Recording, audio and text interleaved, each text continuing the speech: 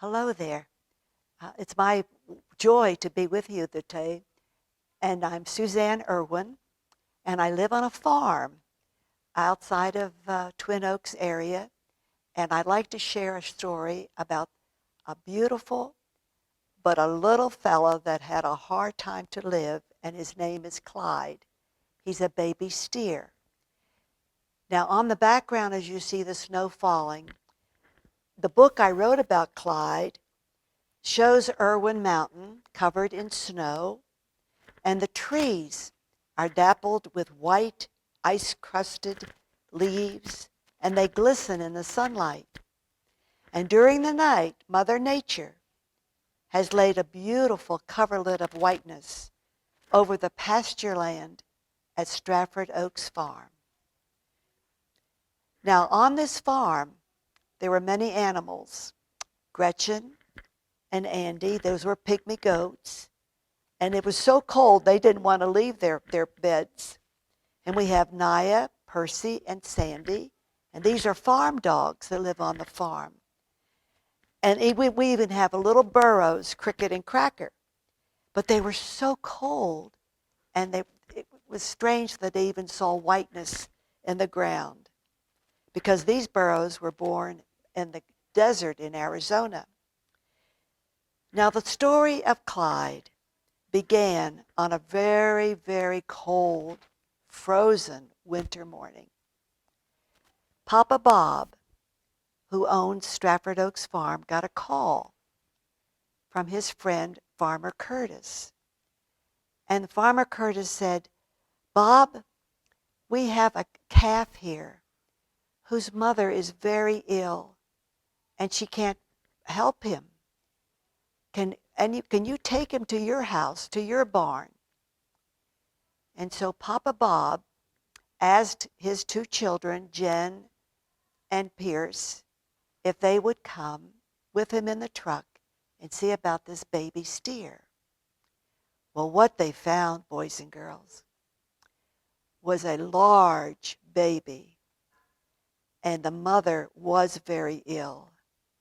And because of the frozen snow and the ice-cold weather, the little fella couldn't stand, and his tongue, because he wanted to nurse, it was frozen. Personally, I had never seen anything like this.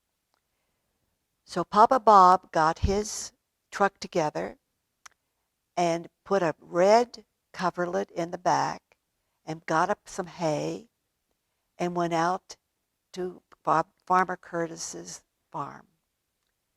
And that's where we found this baby Clyde. Well, Papa Bob picked him up, and I must tell you, he was heavy. And with Jen and Pierce in the truck, we came home. And Papa Bob lifted him up and put him on a bed of beautiful, warm hay. And I can still remember today, I said to myself, he may not live. He doesn't have a mother. Well, let me tell you, Papa Bob always kept colostrum, which is a milk that cows usually have in them. It's a mother's milk, and he always kept some in the refrigerator. And so we warmed some milk, but then I had to take a coverlet, a towel of warm water, and put it on his little tongue. And after we did this for a few minutes, the tongue became loose, and tongue went back into his mouth. And so we took a little bottle of colostrum milk, and we sat there with him and rubbed him we put warm towels over him, and he began to suck. And it was a joy to see this, because if he hadn't done this, I don't think the little fellow would have made it. But when we tried to say, could raise him up to stand, his legs were frozen. He was so cold. So we wrapped him up, continued to wrap him up in those blankets and have him rest there. And about, I guess it was maybe 2 days later, he was like melting. He was getting warm. And we kept, I remember we kept a heater nearby to make sure, because he couldn't move. He was in the hay. And so what we did, Papa Bob made stints you put on each of the legs to give him support that he could raise himself. And he did. He actually stood. Now, we didn't make him do many movements, but he stood. And from that day on, we cared for him with the milk and with the idea that every day he would get up and we would always stand there with him. Now, as the time went on, and sometimes it would get a little warmer, we would help him ease out of the barn and stand in the sunlight. Well, soon, because he was starting to grow, we decided, well, maybe he needed more milk. But he didn't have a mother to show him how to drink from the bucket. So I can remember we would just take his head and I would put my hand down into the bucket and put a little milk into his mouth. And if you do that a couple of times, the little fella realized, I can drink. And so by every day giving him a bucket filled with nice warm milk, that little fella began to grow. And the family decided that we were going to name him Clyde.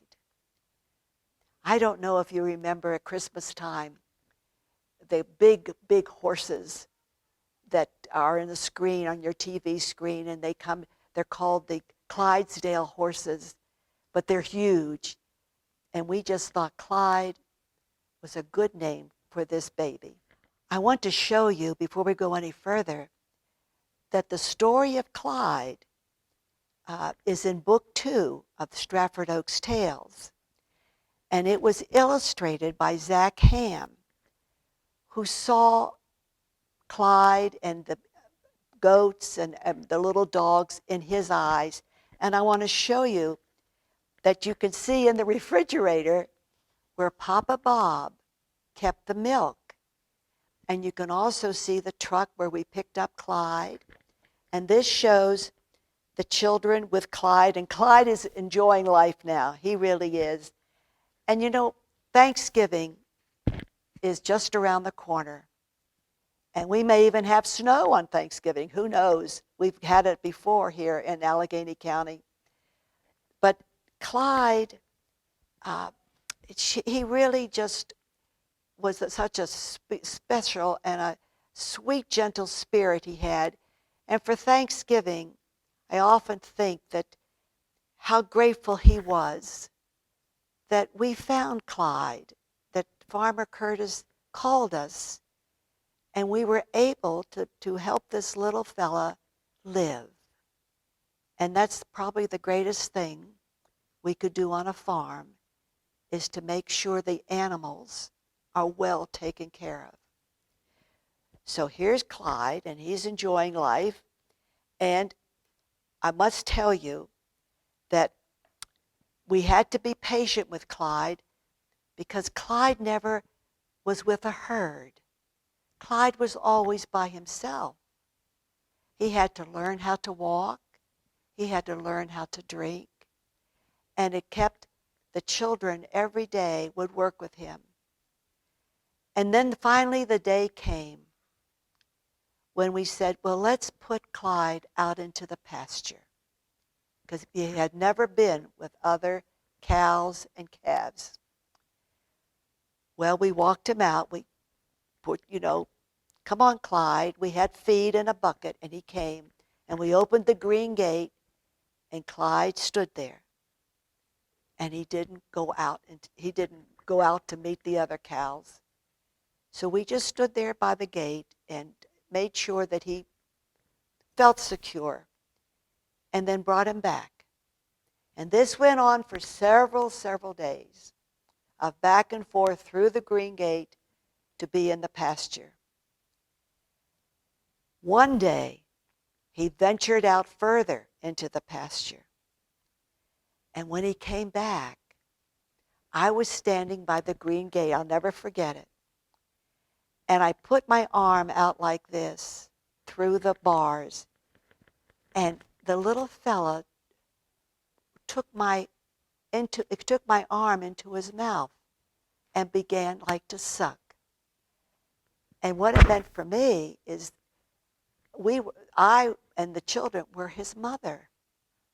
He had no other known other to really have life. But he had no teeth, so he never hurt us.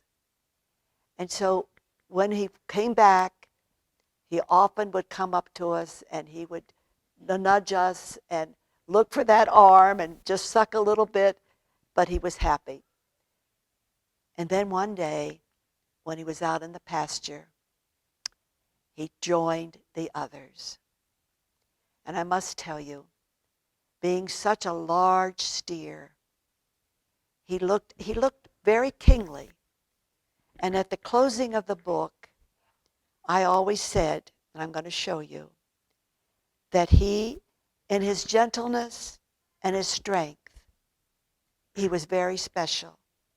But now, he was a member of the great herd of Angus cattle, and he walked with pride. It had taken Clyde many times to stand apart, but when the herd adopted him, they loved him. And as a steer, Clyde would continue to stand alone, but not apart. He was part of the great Angus cattle. And so, boys and girls, for Thanksgiving, we look upon animals as we're grateful for them, and they in turn give us much happiness. But my message to you today is, be very kind, be very patient, and want to work with animals. Their instinct is very good and motherly. It's too bad Clyde's mother did not have him, that she could have enjoyed him. But he gave us many hours of pleasure. And Clyde today, I always consider him the king of the pasture. I wish you a very blessed Thanksgiving, and with gratitude to all those who have loved you. Goodbye now.